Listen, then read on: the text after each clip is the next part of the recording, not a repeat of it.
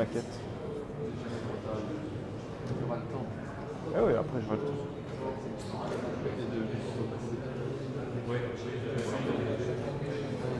Il y a un problème. Mais en fait, apparemment, il y a que... Non, mais apparemment, il y a que 4 pays ici, c'est pas des ministres, des directeurs généraux et des sous-directeurs généraux. En gros, c'est la station. C'est pour ça qu'on a qu'un seul fond, tu vois, ils sont nuls. D'ailleurs, on va faire ça dans une ancienne ligne pour leur rappeler.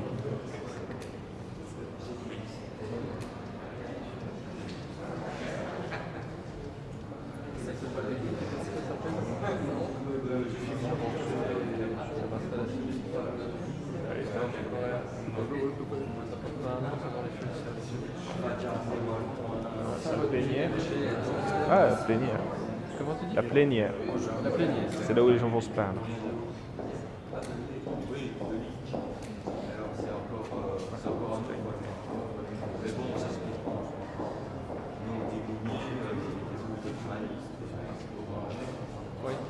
Parce qu'il y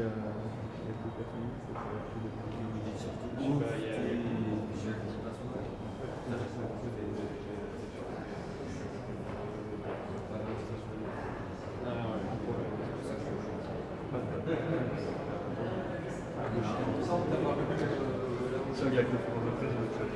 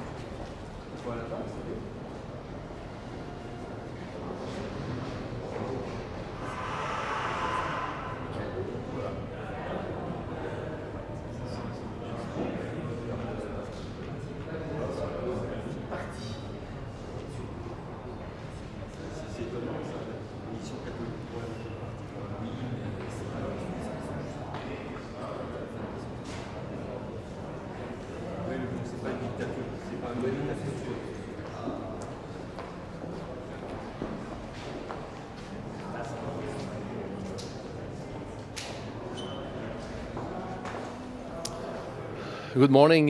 It's my honor to welcome my colleagues here and to host the informal meeting of competitiveness here in Genk.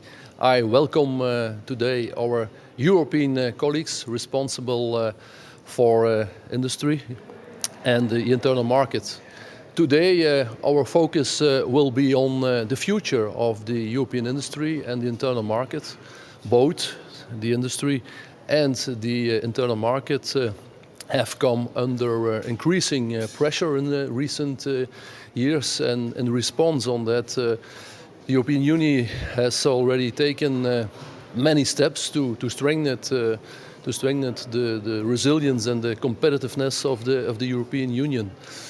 En vandaag gaan we dan ook samen met de collega's een balans opmaken, zeg maar, van de maatregelen die al genomen zijn om die industrie en die interne markt te versterken. Wat hebben we daar in het verleden rond gedaan, maar ook reflecteren over de toekomst. We hebben een Green Deal, heel belangrijk voor de verdere verduurzaming van binnen en ook van Europa. Ik denk ook dat een industrial deal belangrijk en nodig zal zijn, waarin we heel wat maatregelen nemen om die Europese industrie te versterken. Ik denk aan het gelijk speelveld binnen Europa en dat we daar een aantal conclusies kunnen rondnemen en rondtrekken om die ook mee te geven aan de Europese Commissie na de verkiezingen, denk ik, voor dat toekomstig Europees industrieel beleid. Dank u wel.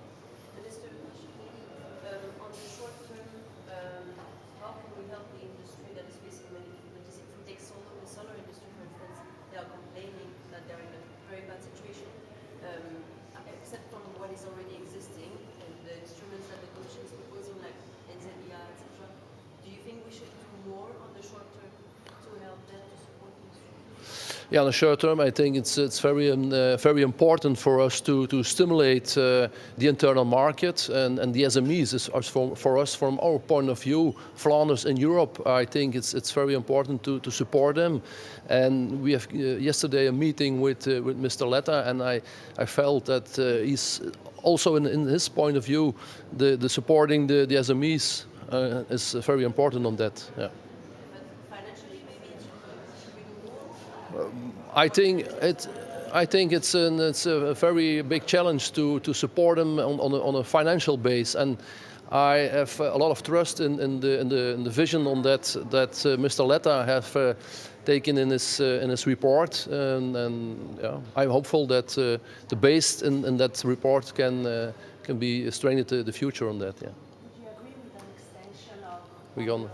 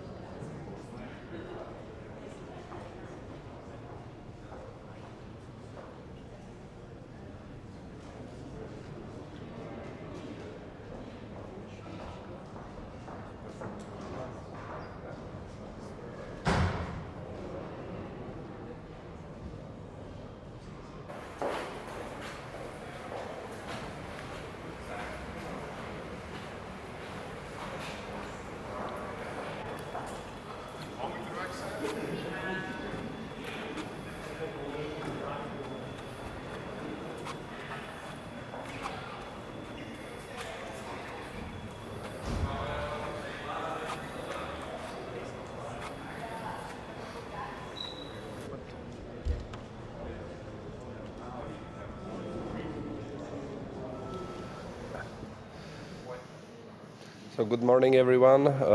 Today, informal meeting of the Ministry for the Competitiveness is important from several aspects.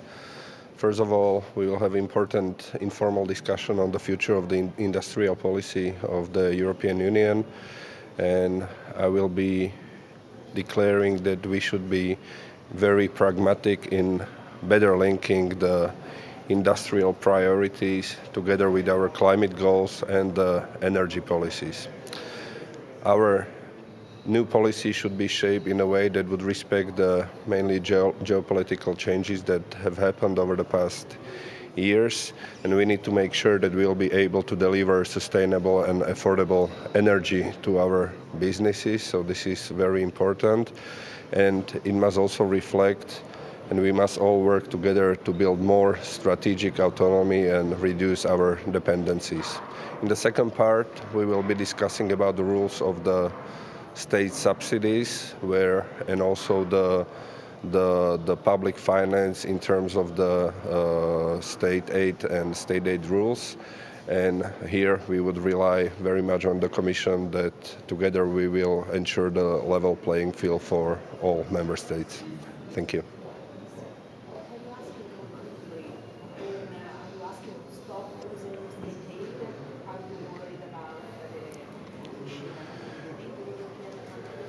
No. What I mean is that the fiscal capacities of the different member states are not the same, and here maybe the rules do not fully reflect that in terms of how the public budgets can be used. So this is what we will be advocating for. Good morning, everyone. Thank you.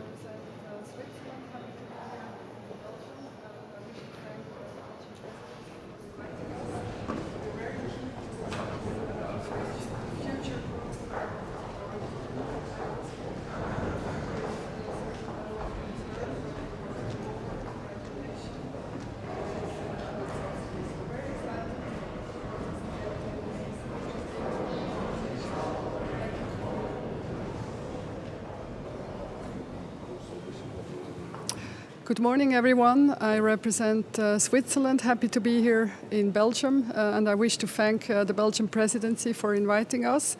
We're very keen to discuss innovation and future-proof our economy, but I also do come with a certain level of concern when it comes to over-regulation and the race towards subsidies. So very excited to participate in these interesting conversations. Thank you.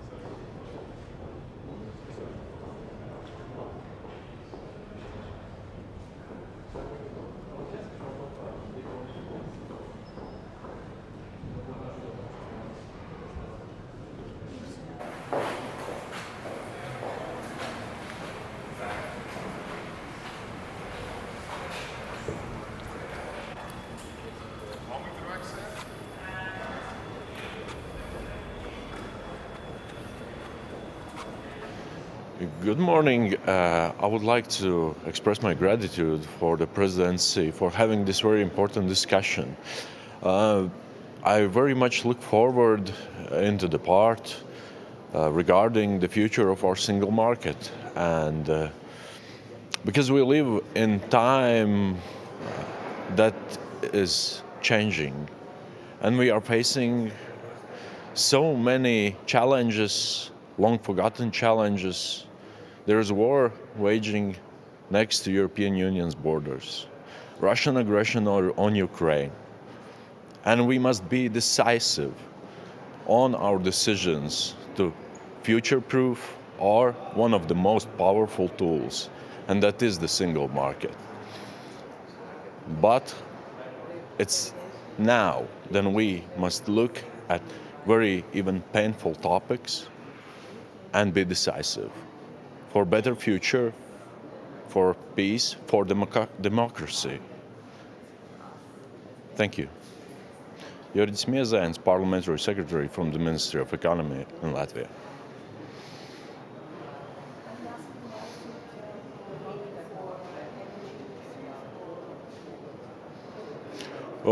I would say the strategic autonomy for European Union currently is one of the top things. We must adapt ourselves to the changing world. So every bit that we can do to help our industries is appreciated. And we must build the future of our single market on the individual strengths of our member states. And this should be the pinnacle of the future of our single market, using our individual strengths. Thank you.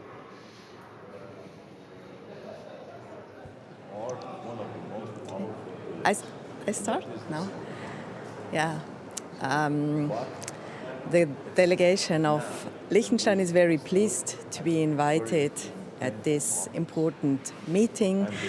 The competitiveness and also the functioning of the internal market is for us as a very industrialized country of utmost importance, and we are really happy to be part of that market, and we are looking forward to be involved in the further developments in the future. We must adapt ourselves to the changing world. So every bit that we can do.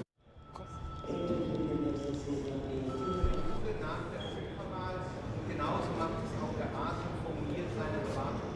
Und das ist auch dringend notwendig. Die Wirtschaft steht unter Druck.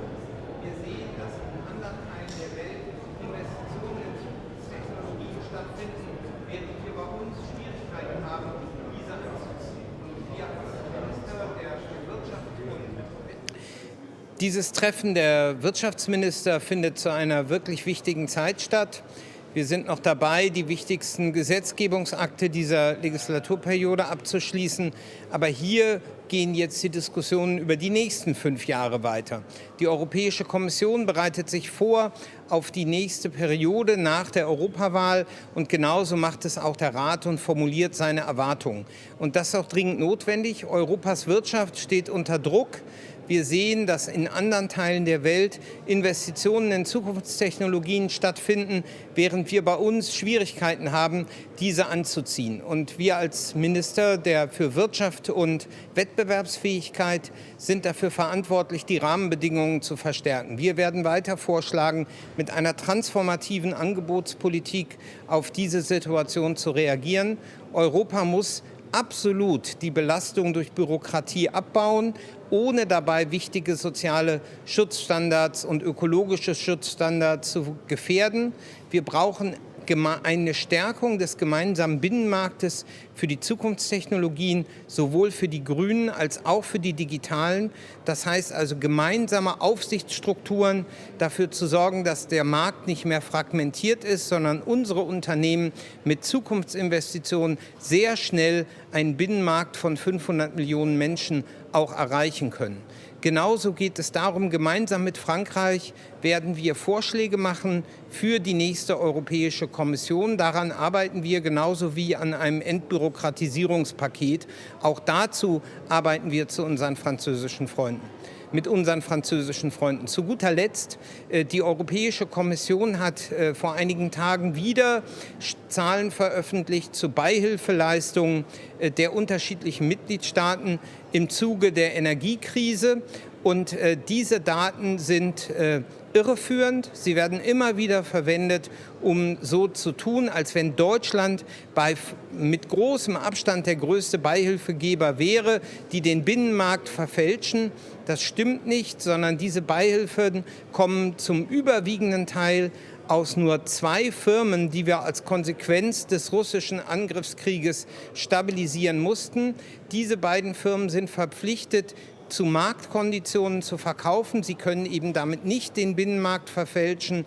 Und nur deshalb wirkt der deutsche Beihilfeanteil so hoch. Deutschland hatte leider seine Energieversorgung besonders abhängig von russischem Gas gemacht. Und die Konsequenz war die notwendige Stabilisierung von Uniper und CEFE. Diese Daten weisen wir damit in ihrer Interpretation zurück, dass dadurch so wirkt, als sei Deutschland der größte Beihilfezahler. Natürlich brauchen wir eine effektive Beihilfekontrolle in Europa durch die Europäische Kommission. Wir brauchen das aber in einer Weise, dass wir auch international wettbewerbsfähig sind. Und das kann auch beides gemeinsam zusammengebracht werden. Und daran werden wir hier arbeiten.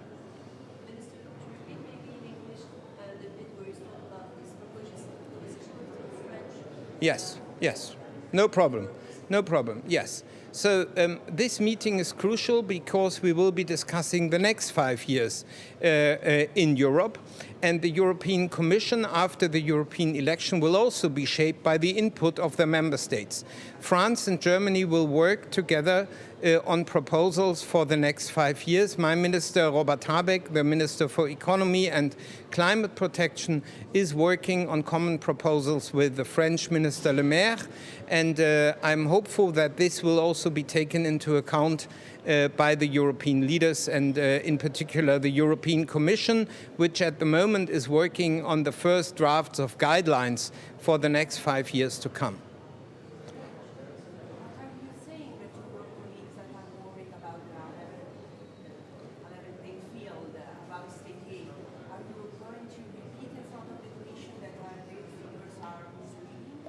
Well, the figures are interpreted in a misleading way. So the high German state aid figure just published 2 days ago by the Commission come mainly from the capitalization and stabilization of 2 major companies, CEFE and Uniper. And these companies had to be stabilized as a direct consequence of the hold of cheap Russian gas.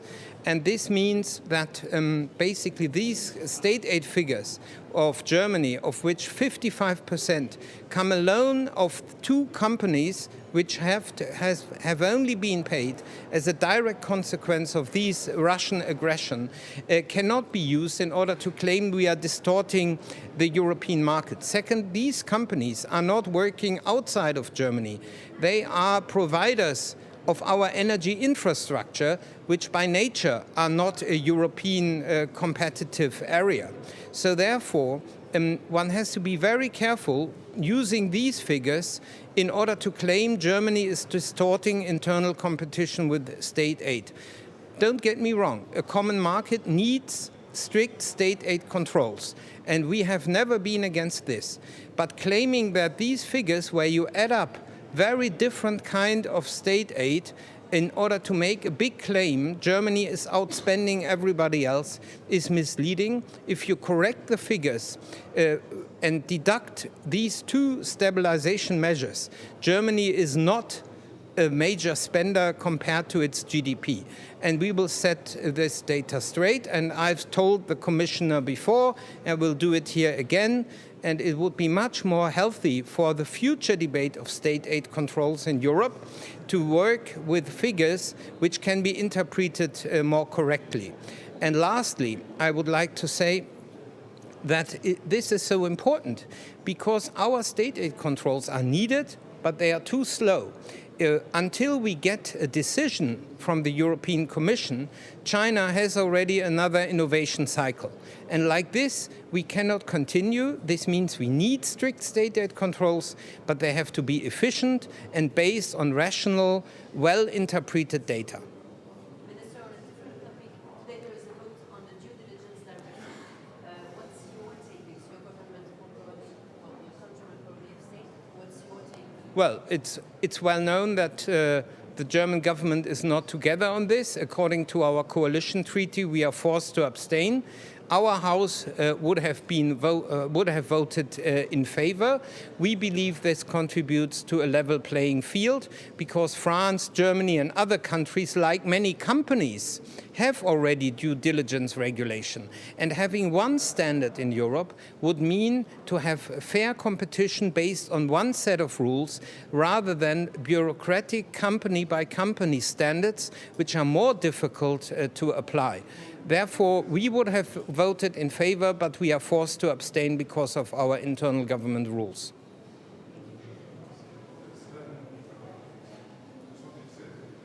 However, in just a few months, Slovenia will celebrate its 20th anniversary of the European membership, and Europe will celebrate 20th anniversary of its biggest enlargement. As part of the generation that used to see Europe as a promise, we should remind ourselves now, months before the European election, that we need another steps, additional courage to continue on the files we worked so far, to strengthen European economy and get Europe's economy back in shape in challenging global times.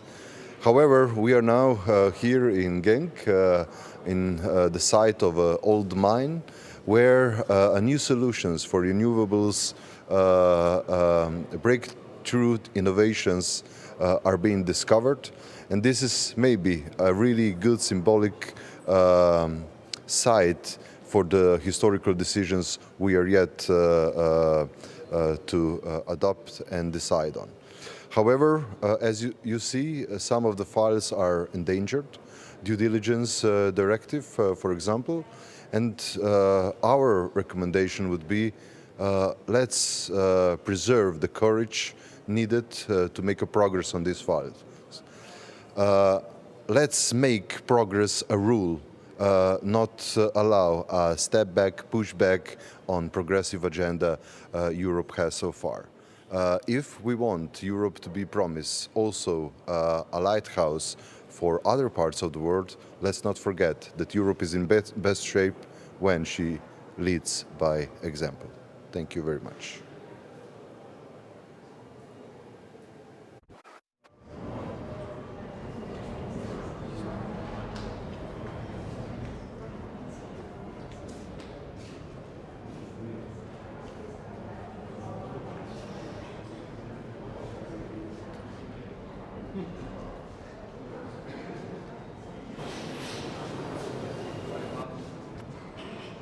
Non, ça tremble bien.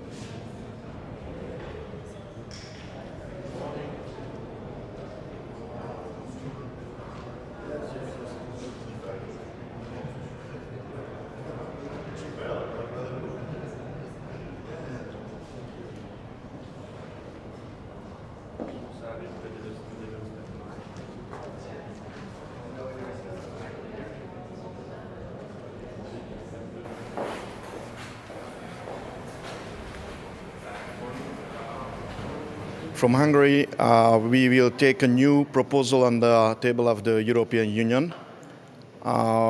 We facilitate a better targeted state subsidized program, which has a very strong sector focus or dedicated product focus. So we will initiate a new common EU-level electric car subsidy program from the consumer and also the producer side to facilitate a faster green transition and also to return and restore the EU competitiveness. Thank you very much.